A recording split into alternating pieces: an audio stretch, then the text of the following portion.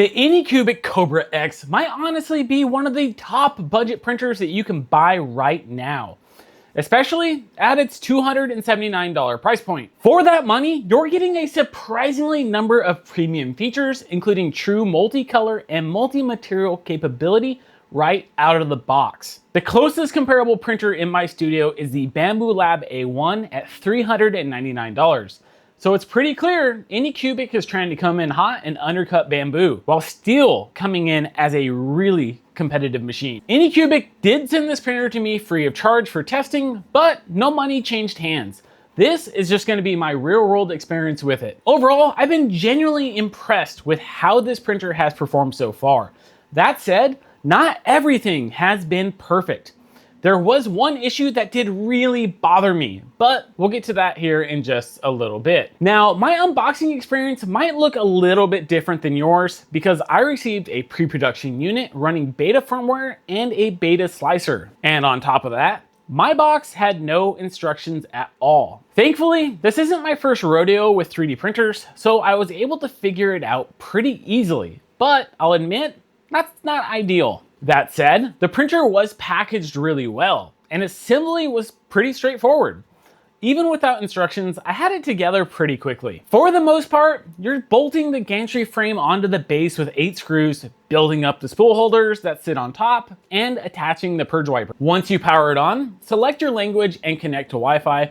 The printer automatically runs a full calibration routine. It does PID tuning, resonance calibration, auto bed leveling, and noise cancellation all by itself. That's a really nice experience, especially for beginners, because you don't have to mess around with manual tuning, especially before your first print. One small but really cool detail. When you load filament in far enough, the printer gives you an audible cue.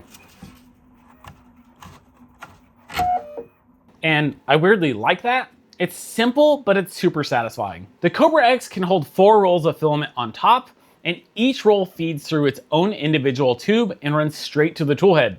I forgot to add more. Let me do that real quick. I'll be right back. Okay, that's a lot better. This makes multicolor setups really clean and simple, but it also makes the printer quite tall. Like noticeably tall compared to most machines in this build size. Now, while we're talking about multicolor, let's talk about this extruder. It's got a really unique design where it has 4 separate feeding points into the hot end, and it's a really cool looking design, but I do think that there could be a potential problem. From what I can find in the wiki, it doesn't seem like it's going to be super easy compared to other printers. Now, there is an advantage to using this kind of a design, but realistically, I am concerned that I think it could be a big problem if you do get a clog. But as you can see, you have 4 separate PTFE tubes coming into this area, and you have 4 different chutes and extruder areas where the filament's going to come through and eventually merge down into the hot end.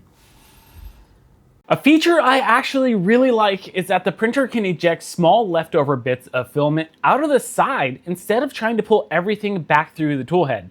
That's going to help avoid jams, some messy unloads, and in practice, it's surprisingly handy. In day-to-day use, this printer is shockingly quiet. There were multiple times where I literally had to walk over and check on it just to make sure it was still running. And during my testing, I didn't run into any clogs, heat creep, or extrusion issues, which is always a good sign. The build volume is slightly bigger than most printers in its class at 260 by 260 by 260 millimeters. It comes with a double-sided PEI spring steel build plate, but only one side has markings on it, and honestly, I prefer that. It makes it way easier for me to remember which side I just cleaned, which means I'm not going to be getting any oils on the build plate, which could cause problems.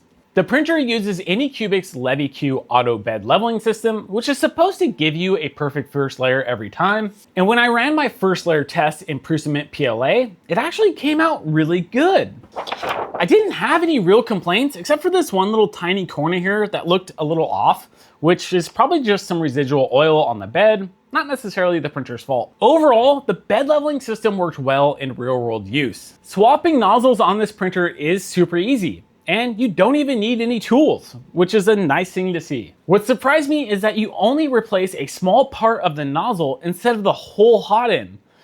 That's kind of cool, but also those tiny pieces feel like something I would definitely lose. The hot end can hit 300 degrees Celsius, which is honestly impressive at this price. The bed goes up to 100 degrees Celsius, so with an enclosure, you could absolutely print things like ABS, ASA, nylon, and PC blends. Right now, the only real limitation for those materials is just a lack of an enclosure. The temps are definitely there. The Kobra X has a 720p camera with remote viewing, time lapses, AI spaghetti detection, and foreign object detection, which threw me off quite a bit, to be honest. The frame rate is pretty decent, better than a lot of budget printers I've used. Now, the built-in light, it's not great. It's super focused in one spot and blows out the exposure, and honestly makes the camera feed look worse.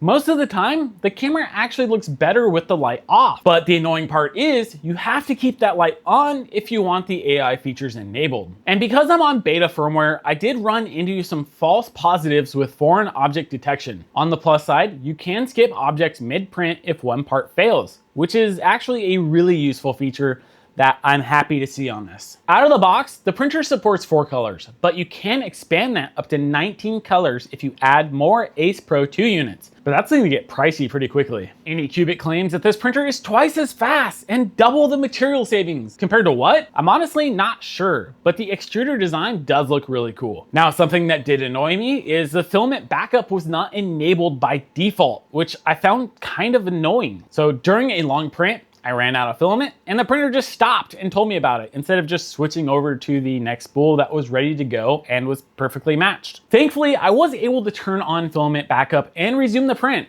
but this is absolutely a setting that should be on by default in my opinion. I was printing a multicolor Red Guardian helmet, roughly a 26-hour print. Near the end of the print, the printer randomly stopped and threw an error. It wasn't a clog, it wasn't a power loss, it just quit. And that was really frustrating after investing that much time into one print. It was like running a marathon and tripping right before the finish. Now, to be fair, I have a pre-production unit running beta firmware, so this very likely contributed to that issue.